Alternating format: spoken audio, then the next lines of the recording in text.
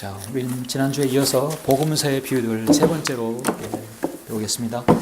오늘은 이제 비유를 세 가지를 우리가 이제 한번 살펴보고자 합니다. 그래서 세 번째 시간은 마태복음 24장과 누가복음 12장 그리고 누가복음 13장 모두 다 이제 연관성 있는 말씀으로 제가 이렇게 선별을 했습니다. 우리 다 같이 마태복음 24장 32절부터 보실까요? 첫 번째, 오늘의 첫 번째. 전체적으로는 크게 이제 세 번째입니다. 세 번째, 무화과 나무의 비유. 이제 무화과 나무의 비유라고 한다면 일단 마태복음 24장을 빼놓을 수 없죠. 우리가 지금 이제 비유를 들어서 진리를 하나씩 보고 있는데 주님께서 일찍이 비유를 들은 이유가 있습니다. 마태복음 13장에 보면 여러분들 24장을 펴놓고 이제 들으시면 됩니다. 주님께서 들을 귀 있는 자는 들을지어다 라고 하시더라. 제자들이 나와 주께 말씀드리기를 어찌하여 그들에게 비유로 말씀하시나이까. 주께서 그들에게 대답하여 말씀하시기를 이는 천국의 신비들이 너희에게는 알도록 허락되었으나 그들에게는 허락되지 아니하였기 때문이라. 믿는 자들은 받아들인 자는 허락되었지만 그렇지 않은 자는 허락되지 않았다 하는 것이죠.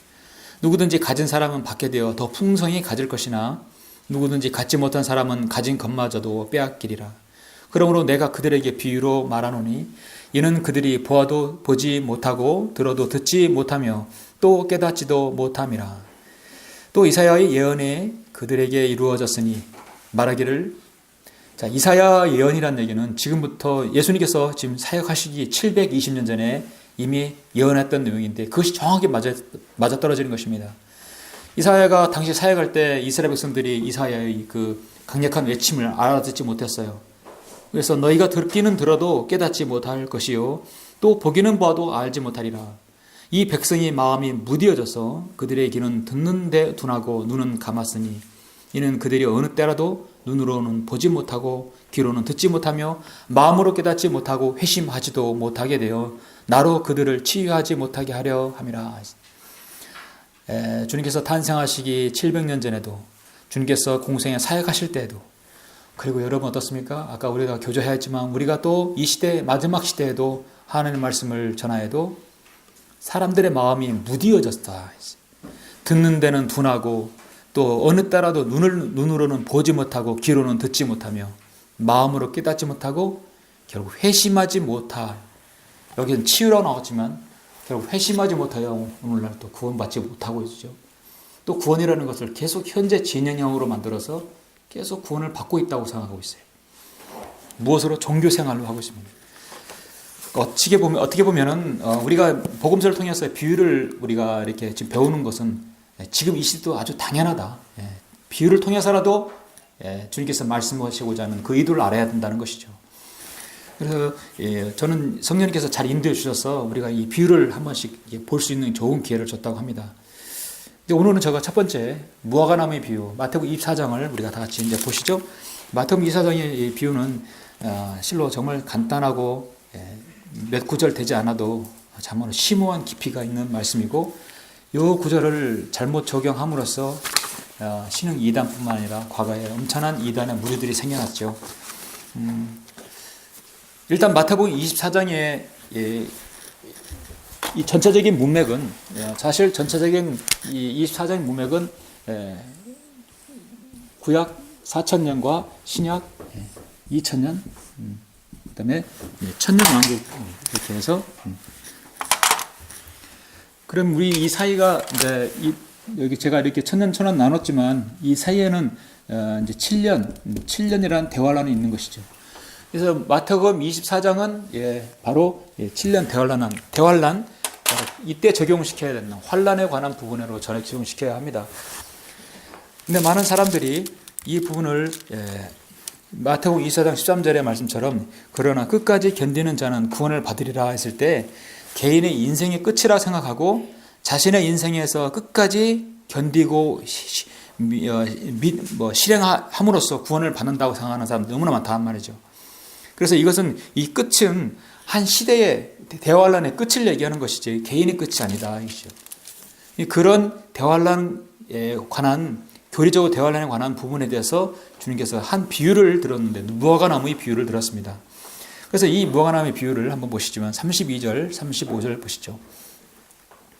무화과나무의 한 비유를 배우라. 그 가지가 유연해지고 잎이 나오면 여름이 가까운 줄 너희가 아나니 이와 같이 너희도 이 모든 것을 보면 그 일이 가까이 곧 문들 앞에 이른 줄 알라.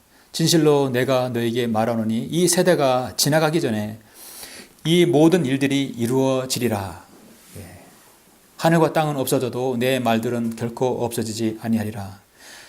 마태복음 13장 31절, 누가복음 21장 33절. 1.1억도 변치 않는다고 말씀하고 있죠. 하나님 말씀에 계속해서 보존된다는 말씀을 하고 있습니다. 앞서 우리는 32, 33, 34절을 너무도 잘 알고 있지만 이것을 잘못 적용시키는 사람들이 너무나 많았습니다. 여러분, 예수님께서 이스라엘을 비유해서 제시한 나무가 세 가지 나무. 포도나무죠. 우리는 포도원의 포도나무, 일반적으로 이트에서 뽑아서 가나안 땅에 심었던 포도나무. 그 포도나무, 포도원이 바로 이스라엘을 얘기하는 것이죠.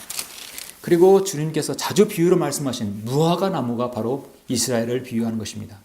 그리고 또 올리브 나무가 있죠. 올리브 나무의 열매에서 기름을 내는 것이죠. 포도나무 열매를 내는 것이죠. 무화과 나무도 열매가 있어요. 무화과 나무도 열매가 없으면 아무 소용이 없습니다. 그래서 이제 이 무화과 나무는 잎이 유연해지고 가지가 나온다.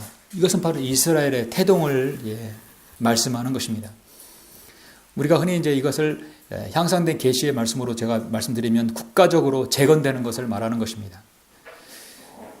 무화과 나무가 유연해지고 그 가지가 유연해지고 잎이 나온다는 것은 이스라엘 민족이 재건되는 것인데 이것은 모세가 이스라엘 백성들을 이집트에서 데리고 나왔을 때 태동하는 출애굽하면서 가나안 땅으로 들어가는 여정을 그 민족을 얘기하는 것이 아닙니다. 다윗과 솔로몬이 융성해져서 국가를 다스릴 때 그때를 얘기하는 것도 아니고 느헤미야가 포로 시대 때 그 이스라엘 백성들을 다시 기원했을 때도 아닙니다.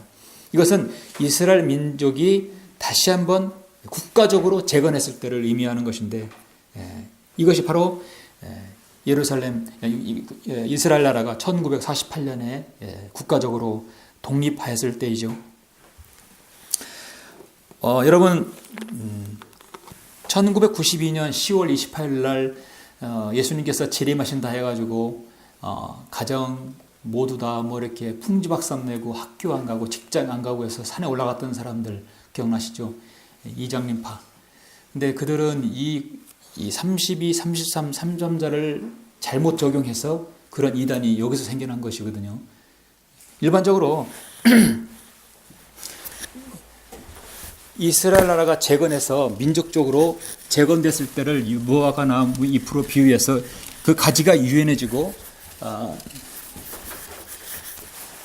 여기 32절만처럼 그 가지가 유연해지고 잎이 나올 때 여름이 가까운 줄 알라 했을 때 무화과나무가 가지가 유연하고 잎이 나왔을 때 이스라엘의 국가적인 재건으로 적용한 건 맞아요. 그런데 문제는 뭐냐면은 우리가 이제 1948년에 이스라엘 나라가 재건했어요. 재건했으면 10월 28일 날 1992년 이장님파 예수 그리스도께서 이때 재림하실 것이다로 적용한 것은 그들이 마태복음에 있는 마태복음 1장을 한 세대를 51년으로 그들은 아예 확정을 했기 때문에 그런 것이었거든요. 51년을 잡으면은 1948년 51년은 어떻습니까? 바로 1999년이 되는 거죠. 99년이 예수님께서 오실 것이다. 확실한 거예요. 그러면 이들은 나름대로 그래서 전천년주의 그리스도 입장에 재림의 입장에 봤을 때 99년 예수님 오시면 7년을 빼야 된다는 얘기죠. 7년을 왜냐하면 대환란 기간을 빼야 되니까. 그래서 마이너스 7년을 빼면 1992년으로 나옵니다. 그래서 1992년에 휴거가 된 다음에 이 땅에 대환란이 있은 다음에 1999년 주님께서 오실 것이다. 그렇게 확신하고 있었어요. 그러면 결국은 마태복음 1장에 그들은 한 세대가 지나가기 전에라는 말씀을 여기 있는 이 세대가 지나가기 전에 이 모든 일이 이루어질 것이다. 그러니까 한 세대를 51년으로 그들은 아주 딱 확정했다는 얘기죠. 그렇게 함으로써 92년에 휴거가 될 것이라 믿었던 것이죠. 그러니까 지금 몇 년이 지났습니까? 상당한 시간이 지났죠. 지났어도 아무 일이 일어나지 않았습니다. 결국은 그들은 한 세대를 잘못 판단했던 것입니다. 우리가 이제 세대라고 성경에 세대라고 한다면 두 가지가 있어요. 왜냐하면 마태복음 13장에 나오는 이 악한 세대, 정말 주님께서 말씀하고 있는 독사들의 세대, 악하고 음란한 세대, 그 오늘날 이 시집가고 장가가고 모든 일을 다 뒤로 해서 자신의 탐욕을 위해서 움직이는, 탐욕을 위해서 살고 있는 그런 세대, 악한 세대를 세대로 비유할 수 있습니다. 그래서 이 세대, this generation, 그렇게 하면 그 악한 세대로 말씀하고 있는데 두 가지 의미. 그렇게 그런 악한 세대로 볼 수 있지만 예언적인 의미로는 이 세대는 이스라엘 민족이 태동할 때, 재건될 때의 그 세대. 그래서 한 세대가 51년으로 잡았던 것은 이미 그들은 잘못된 판단이었다는 것이 이미 드러났고, 이제 지금 현재 창세기 15장 13절에 따르면은 15장에서 보면은 한 세대는 100년으로 보고 있습니다. 모세는 시편 90편에서 인생은 70, 강건하면 80이라겠죠. 그래서 가장 우리 그리스도인이 이제 추정할 수 있는 것은 한 세대가 보통 70년, 80년이다. 그런데 요즘 어떻습니까?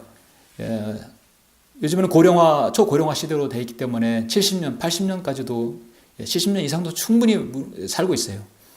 그러나 다만 하나님께서는 한 세대를 어떻게 보시는가? 그건 우리는 알 수 없어요. 그러나 분명하게 1948년 자신의 생이 1948년생은 상당히 자신이 때 주님께서 오시리라고 믿고 있는 사람들이 많습니다. 그리스도인 중에. 그러면 자신이 한 세대를 하나님께서 한 세대를 70년으로 본다고 한다면 70년으로 본다고 한다면 어때요? 2018년이죠. 그렇죠? 2018년이 되는 거예요. 한 세대를 시편 90편에 70이요, 85로 봤을 때, 한 세대를 85로 봤을 때는 2028년이 되는 거죠. 만약에 100년으로 보면 훨씬 더 그 이유가 되겠죠.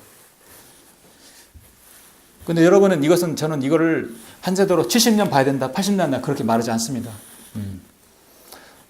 어떤 설교자는 아예 70년으로 못 박는 사람도 있고, 그렇게 믿고 있는 사람도 있어요. 제 주위에도. 자기가 1948년생 그리스도인은 자신의 생에 오신다고 확신하고 있는 사람들이 많이 있어요. 그러나 이것을 우리가 그 날과 시간은 하늘에 계신 아버지만 알고 있다고 했는데, 예수 그리스도와 아버지만 알고 있는데 어떻게 우리 한치 앞을 10분 뒤를 모르는 사람들이 이걸 논할 수 있겠습니까? 다만 이 세대라는 것은 예수님께서 그 가지가 유연해지고 잎이 나올 때 그 무화과 나무의 비유는 이스라엘의 재건됐을 때의 그 세대, 그 세대가 과연 몇 세대로 보느냐. 그래서 70년인지 80년인지 90년에서는 알 수는 없지만은 우리는 그 시대에 우리 당대에 때로는 올 수 있을 것이라고 또 확신을 하고 있습니다. 다만 주님께서 이 세대를 어떻게 잡는 거에 따라서 우리는 더 살 수도 있고 우리 세대에 주님께서 오시면 올라갈 수도 있는 것이죠. 요한복음계시록 22장 20절에 보면 반드시 내가 속히 오리라고 3번 말씀하셨어요. 그래서 성경에서 속히란 말을 문자적으로 아주 3번이나 연거푸 쓰셨다는 얘기는 그 말씀이 임박했다는 것입니다.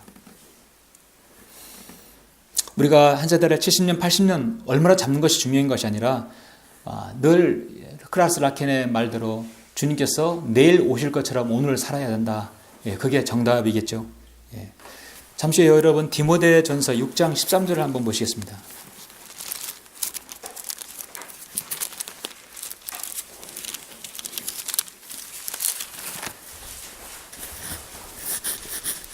어떻게 날짜와 시간을 대면 주님의 기다림에 대해서 무의미해지는 거예요.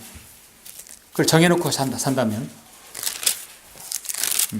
디모데전서 6장 13절 17절 이것이 바로 정답이라 아니면 정답이라고 봅니다. 만물을 살리시는 하나님 앞에서와 디모데전서 6장 13절 폰티오 빌라도 앞에서 선한 고백으로 증거했던 그리스도와 예수 앞에서 내가 너에게 명하노니 우리 주 예수 그리스도께서 나타나실 때까지 흠없고 책망받을 것도 없이 이 명령을 지키라. 그러니까 오늘 오시든 내일 오시든 간에 우리가 맡은 직분들을 행하면 돼. 하면 됩니다. 15절 자기 때가 자기 때가 되면 주께서 나타나시리니 그분은 복되시고 유일하신 통치자시요 만왕의 왕이시며 만주에 주시라. 오직 그분만이 불멸하시며 어떤 사람도 접근할 수 없는 빛 가운데 거하시며 또 어떤 사람도 보지 못하였고 또 볼 수도 없는 분이시니 그분께 영원한 존귀와 능력이 있기를 원하노라. 아멘. 자기 때가 되면 주님께서 오신다 있는 것입니다.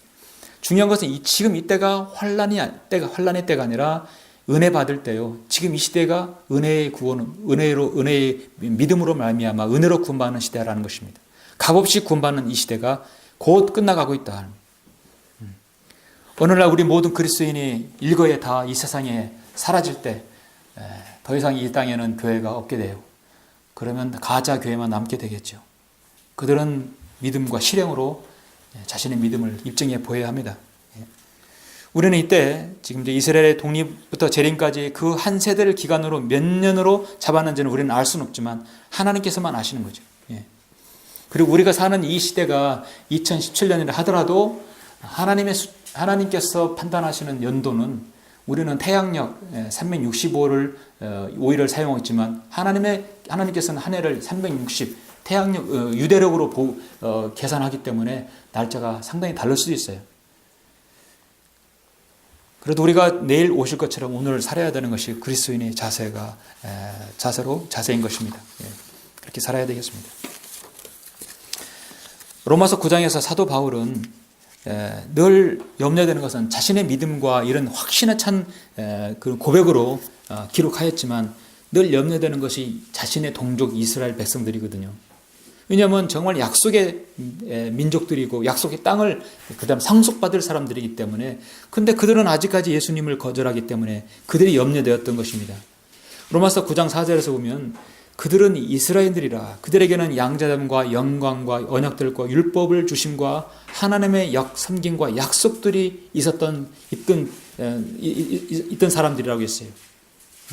복음에 관하여는 그들이 너희로 인하여 원수가 되었으나 선택에 있어서는 그들의 조상으로 인하여 사랑을 받은 자들이라. 여전히 아직까지 유대인들이 주님께 돌아오기만을 그들은 사도 바울은 기도하고 있고 기다리고 있다고 말하고 있죠. 로마서 11장 25절에서도 이방인들의 충만함이 차이까지는 이스라엘 일부가 완고하게 될 것이라고 했습니다. 이제 주님께서 오실 때가 되면 모든 것은 변하게 되어 있습니다. 자, 우리가 올라갈 때 언제 올라갈까요? 한 세대를 몇 년으로 잡는 것이 중요한 것이 아니라 우리 그리스도인이 더 이상 이 땅에서 거하지 못할 때 세상의 법과 법령들, 규율들 또 세상에 있는 모든 교회들 정말 성경대로 믿고 실행하는 그런 교회들이 더 이상 이 땅에 견딜 수가 없을 때 그때 주님께서 우리를 부르시지 않을까. 그것이 정답인 것이죠. 그럴 때까지 우리의 믿음이 신실하게 입증되어야 할 것입니다.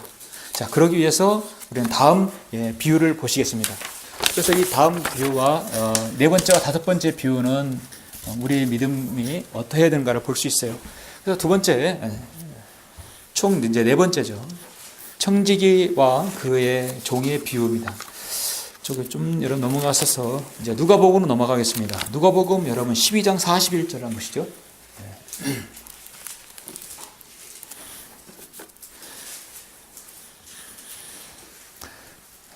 누가복음 12장 41절.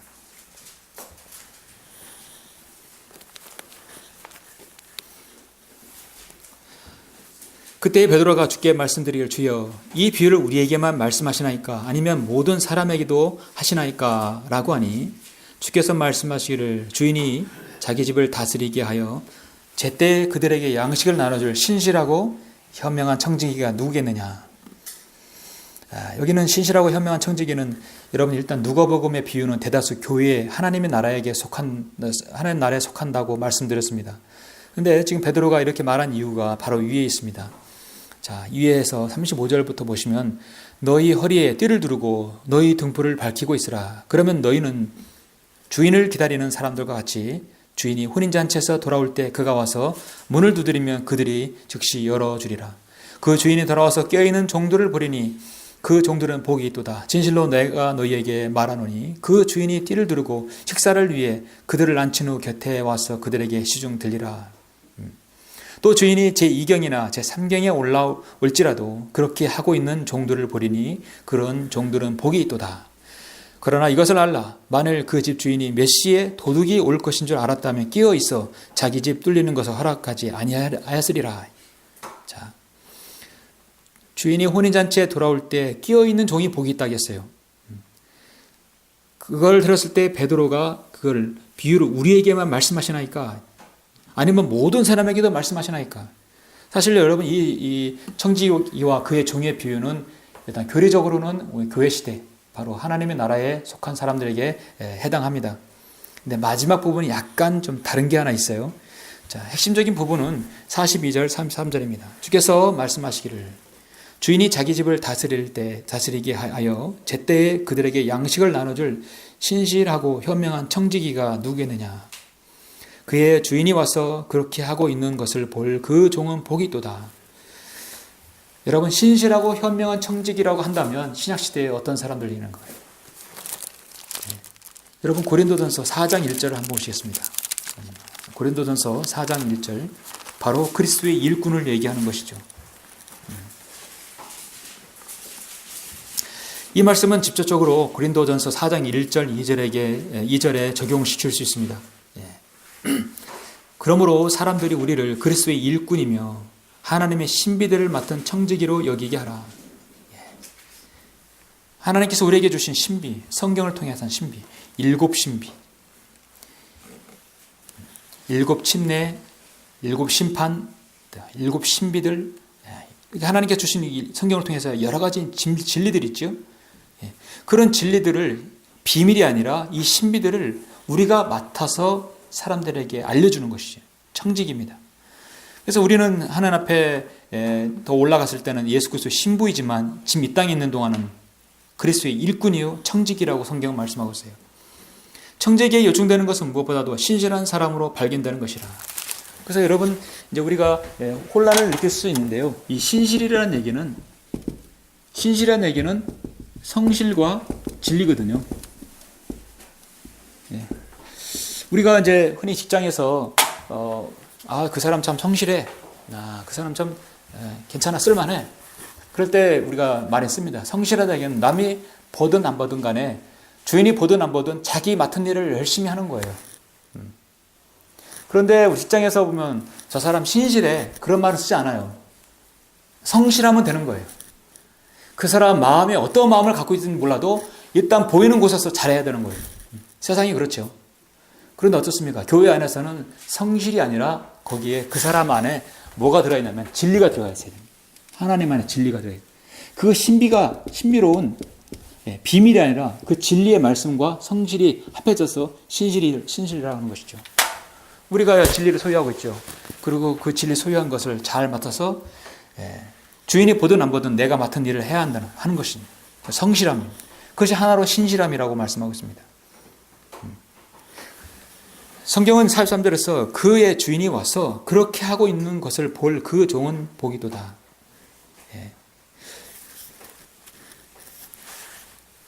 여기 그 37절에도 말씀하고 있죠. 그 주인이 돌아와서 끼어있는 종들을 보리니 그 종들이 복이도다. 그렇게 하고 있는 것. 어떤 종이 그렇게 하고 있습니까? 자신의 맡은 일들을 누가 보든 안 보든 신경 쓰지 않고 묵묵히 실행하는 것. 늘 그렇게 하고 있어요. 주님께서 아예 믿고 맡기는 것이요. 늘 그 종은 그렇게 하고 있어요. 주인이 올 때만 후다닥 하는 척 하는 것이 아니라 보든 안 보든 신경 쓰지 않고 내 할 일을 하는 것이죠.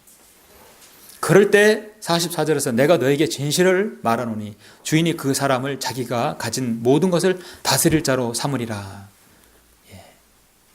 그러나 만일 그 종이 속으로 말하기를 내 주인이 오시는 것이 늦어지는도다 하고 남종들과 여종들을 때리기 시작하며 또 먹고 마시어 취하게 되면 여러분 이 45조 46절 같은 경우는요 이 시대에 사실 적용은 되지 않습니다. 이것은 마치 달란트 비유에서 한 달란트를 땅에 숨겨놓은 자는 악하고 게으른 종이라서 흑암에 던져졌죠. 그러나 열 문화의 비유에서는 그렇게 책망받지 않았습니다. 왜냐하면 구원은 보장되기 때문에.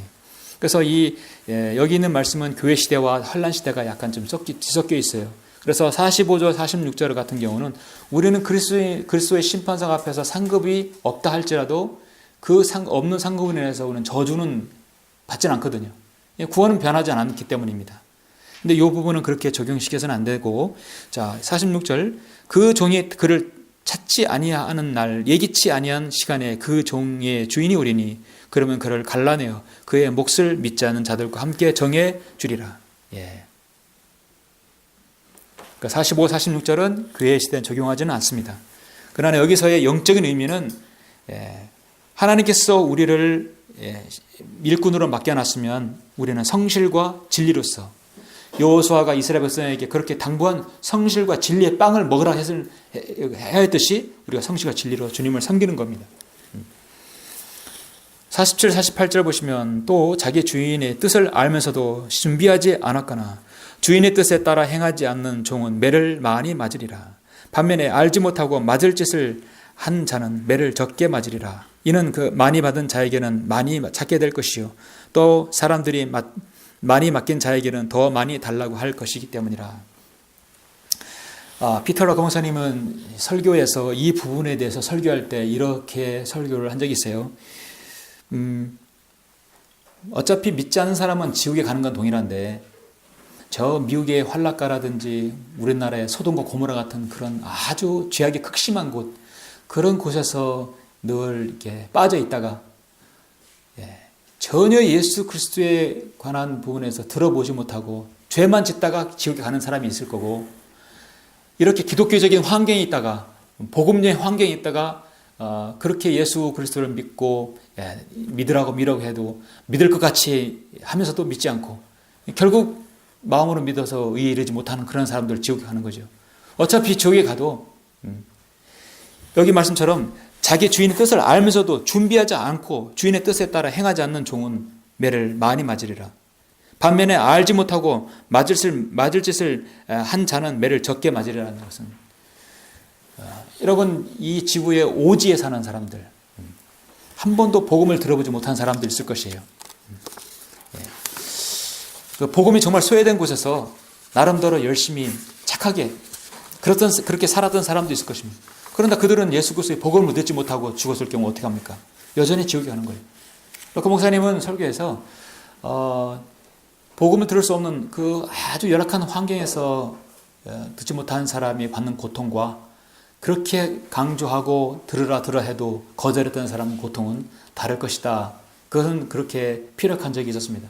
그거는 우리가 정확히 알 수는 없지만, 그러나 그래서 하나님께서 이 땅에 하나님의 이런 세상에 있는 모든 만물의 자연 계시와 그 다음에 자신의 양심에 호소하는 양심의 계시로 나눠졌다는 것이죠. 왜냐하면 시편을 여러분 19편을 보시면, 그래서 우리가 유일하게 추정하고 희망을 갖는 것은 바로 그겁니다. 정말 예수 그리스도의 복음을 듣지 못하고 죽은 자는 너무나 안타깝죠. 저 북한 동포들, 우리 민족 얼마나 안타깝습니까? 복음을 전하면 바로 받아들일 수 있는, 스펀지의 물을 받아들이듯이 바로 받아들일 수 있는 그런 사람들 얼마든지 준비되어 있는 사람 많아요. 그런데 복음을 못 듣고 가는 사람 어떡합니까? 그러면 시편 19편의 1절에서 보면 하늘들이 하나님의 영광을 선포하고 창공이 그의 손으로 하신 일을 나타내노다. 낮은 낮에게 말하고 밤은 밤에게 지식을 보여주니 말도 없고 언어도 없으며 그들의 음성도 들리지 않으나 그들의 선율은 온 땅을 찔러 뻗어나가고 그들의 말은 세상 끝까지 다다랐으니 그가 그들 가운데 태양을 위하여 장막을 세우셨도다.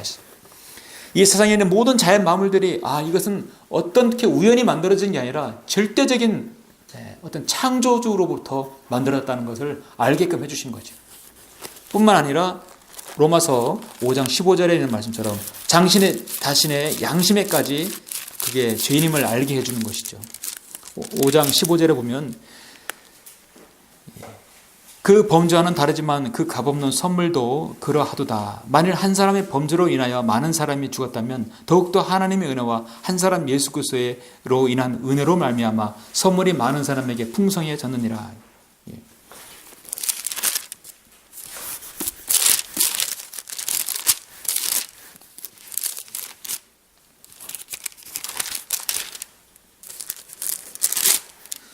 그리고 또 4장 15절도 말씀하고 있죠.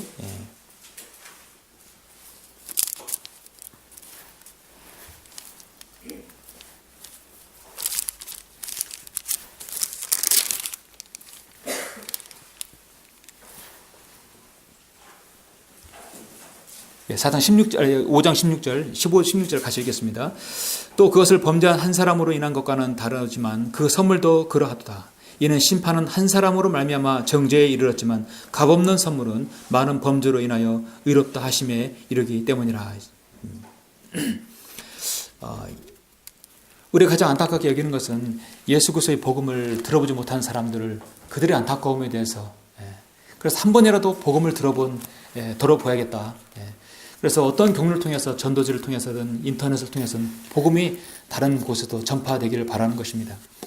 가끔 이렇게 이제 유튜브에 설교가 어디까지 전파되는지 나라별로 이렇게 분석을 할 수 있거든요. 분류해 보면은 알 수 없는 지역이 가끔 찍힙니다. 그래서 제가 볼 때는 알 수 없는 지역은 북한 지역이 아닌가 저는 생각들어요. 다른 나라든 다 정확히 나라 이름이 기억명되는데 북한은 절대 북한이라고 되어 있지 않고 알 수 없는 지역으로 나옵니다. 그래서 극소수의 사람들이 인터넷을 통해서도 들을 수 있다고 저는 믿습니다. 어쨌든 우리는 이 부분을 통해서 이 청지기와 그의 종의 비유를 통해서 누가복음을 보면은 12장에서 하나님께서는 우리 모든 그리스도인이 해야 할 일들에 대해서 자신이 신실하게 해야 할 것을 말씀하고 있습니다. 성경은 에베소서라든지 골로새서라든지 모든 서신서에서 사도 바울이 그의 성도들에게 늘 그리스도의 신실한 일꾼 투기고, 그리스도의 신실한 일꾼 에파프로, 신실한 형제, 그리고 신실한 일꾼인 오네시모, 늘 이렇게 앞에다 신실함을 붙입니다. 신실함은 그래서 자신이 가지고 있는 성실함과 진리를 말씀하는 것이죠. 자, 그럼 우리가 여기에 연관된 하나의 더 비유를 더 보도록 하겠습니다. 다섯 번째죠. 누가복음 한 장 넘겨서 여러분 13장의 비유를 보시겠습니다. 이것은 마찬가지. 여기서 이제 무화과나무의 비유인데 여기서 여섯 번째 하나 더는 다섯 번째 열매 없는 무화과나무의 비유. 그 연관성이 있기 때문에 제가 이렇게 골라봤어요. 누가복음 13장에 보시면 13장 6절부터 9절 보시겠습니다. 주께서는 또 이런 비유를 말씀하시더라. 어떤 사람이 자기 포도원에 무화과나무 한 그루를 심은 후에 와서 그 나무에서 열매를 찾았으나 아무것도 얻지 못한지라. 자, 열매를 맺어야 하는데 열매를 지금 못 찾은 거예요. 때가 됐는데 열매를 못 찾은 겁니다. 그 포도원지기에게 말하기를 보라, 2, 3년 동안 내가 와서 이 무화과나무에서 열매를 찾으나 열매를 얻지 못하니 잘라버리라. 어찌하여 쓸데없이 땅만 버리느냐고 하니 그 포도원지기가 주인에게 대답하여 말하기를 주여 금년반 그대로 두소서. 그러면 내가 그 주위를 파고 거름을 주리이다. 만일 열매를 맺으면 좋거니와 맺지 아니하면 그때는 잘라버리소서라고 하노라고 하시더라. 자, 여러분, 이 열매 없는 무화과나무의 비유는 바로 이스라엘을 정확히 제시하는 말씀입니다. 우리가 이제 이렇게 자, 구약의 이스라엘 역사를 다시 한번 이렇게 쭉 보면은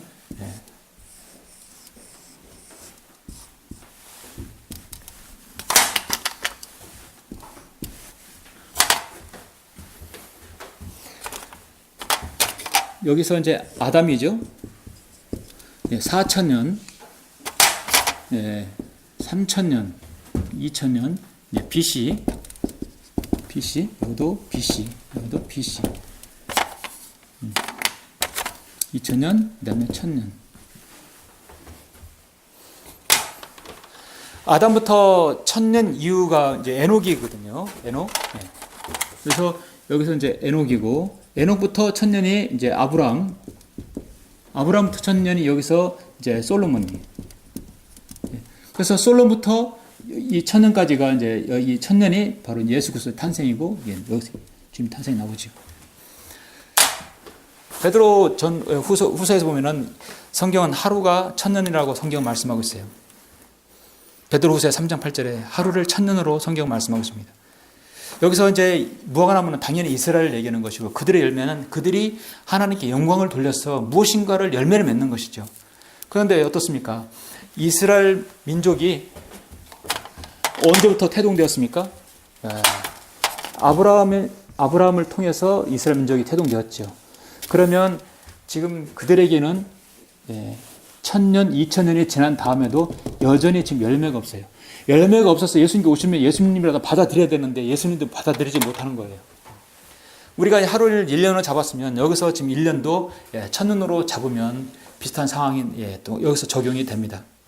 그래서 여기서 향선된 계시의 말씀으로 우리가 비춰서 보면은 여기서 1년도 1000년으로 잡으면 이 부분을 해석할 수 있습니다. 락카 목사님도 그렇게 또 해석했고요.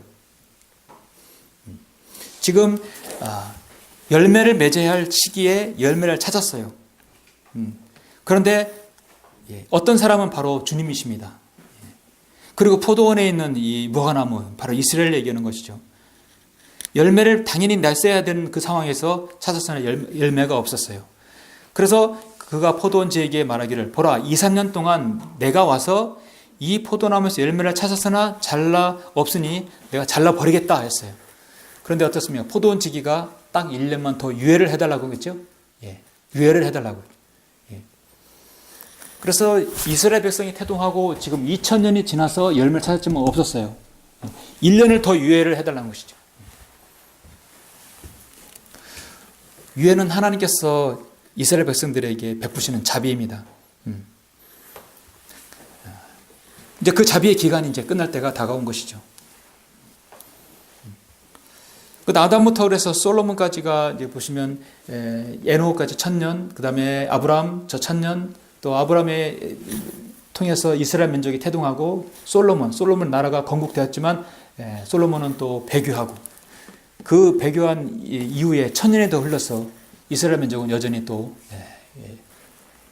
로마에게 속국으로 또 로마에게 지금 포로 잡혀 있고 그들은 팔레스타인에 온전하게 자유를 얻지 못하는 상황이었습니다. 그때 예수님께서 오셨지만 그들은 여전히 열매를 맺지 못하고 있었어요. 그래서 이 부분도 역시 주님께서 이스라엘 백성을 유예를 해주는 그런 장면으로 볼 수 있습니다. 하나님께서는 아브라함, 야곱, 다윗과 또 맺으신 영원한 언약이 아니었더라면 오늘날 이 지구상에서 이스라엘 백성은 아직까지 그들은 전혀 존재감이 없는 그런 민족이었을 것입니다. 그런데 하나님께서 이스라엘 민족을 다시 번성케 해주실 약속을 믿고 그들에게 해주신 약속이 있기 때문에 아직 유예를 해주고 있는 것이죠. 그들의 유예는 이제 대환란 때 마지막에 끝날 것이라 성경은 말씀하고 있습니다. 우리가 이제 이 열매 없는 무화과 나무의 비유를 통해서 영적 교훈을 얻어야 되는 것인데 어떤 교훈을 얻어야 될 것인가? 자, 그리스도인은 우리 열매를 맺어야 되겠죠. 성경은 성령의 열매를 맺어야 한다고 두 번에서 걸쳐서 말씀하고 있는데 여러분이 잘 알고 있는 갈라디아서 5장 22절 말씀, 사랑과 기쁨과 화평, 오래 참음과 친절과 선함, 믿음과 온유와 절제가 있고 에베소서에서도 성령 열매가 나옵니다. 그건 뭐냐면 선과 의와 진리 아니라 진리라고 말씀하고 있어요. 열매 없는 어둠의 일에 관여하지 말고 오히려 그것을 책망하라고 성경은 말씀하고 있습니다. 베드로후서 1장 5절에서도 너희 믿음의 덕의 지식이라고 말씀하고 있죠. 자, 베드로후서 1장 보시면 이뿐만 아니라 너희가 더욱 점진전략하여 너희의 믿음의 덕의 지식을, 지식의 절제를, 절제의 인내를, 인내의 경건을, 경건의 형제우애를, 형제우애의 사랑을 더하라. 이런 것들이 너희 안에 있어 풍성해지면 그것들이 너희로 우리 주 예수 그리스도에 대한 지식에 관한 한 게으르거나 열매 없는 자가 되지 않게 할 것이라. 자, 우리 그리스도인은 어떤 경우에서도 성령의 열매와 선과 의와 진리 안에서 열매를 맺어야 한다고 말씀하고 있습니다. 자, 열매를 맺지 못하면 우리는 버려지는 것은 아니에요. 다만 책망은 받겠죠. 그러나 이스라엘 백성들은 열매가 없으면 찍어서 없앤다겠어요. 이제 그들은 대환란 때 한 번 더 유예를 하나님께서 주실 때 7년의 유예 기간이 있어요. 그래서 실제로는 4천년이 흘렀지만 이스라엘 민족이 태동하고 1000년이 흐르고 2000년이 흘렀죠. 그리고 1000년이 더 흘렀어요. 그리고 지금 마지막 교회 시대 2000년이 끝나고 있어요. 이들은 유예를 지금까지 받은 거예요. 예. 그러니까 2, 3회 1000년, 2000년, 3000년 그리고 한 번 더 유예를 달라고 했을 때 한 번 더 유예를 받은 거예요. 예. 그래서 지금 그들은 태동부터 해서 4000년의 유예를 지금 받은 거죠. 그리고 나서 이때도 안 되면 교회는 올라가고 그들은 마지막 7년을 보내야 합니다. 그 7년이 그들에게는 마지막 기회이죠. 예. 그래서 지금 누가복음 13장에 이 비유가 그래서 주님께서 말씀하신 것이죠. 한 사람이 자기 포도나무를 한 그루를 심었다 말씀하세요. 하나님께서 이집트에서 포도나무를 뽑아서 가나안 땅에 심은 것이에요. 예. 그 포도원에 심은 것이 거기에 포도원은 무화과나무를 심었다. 예.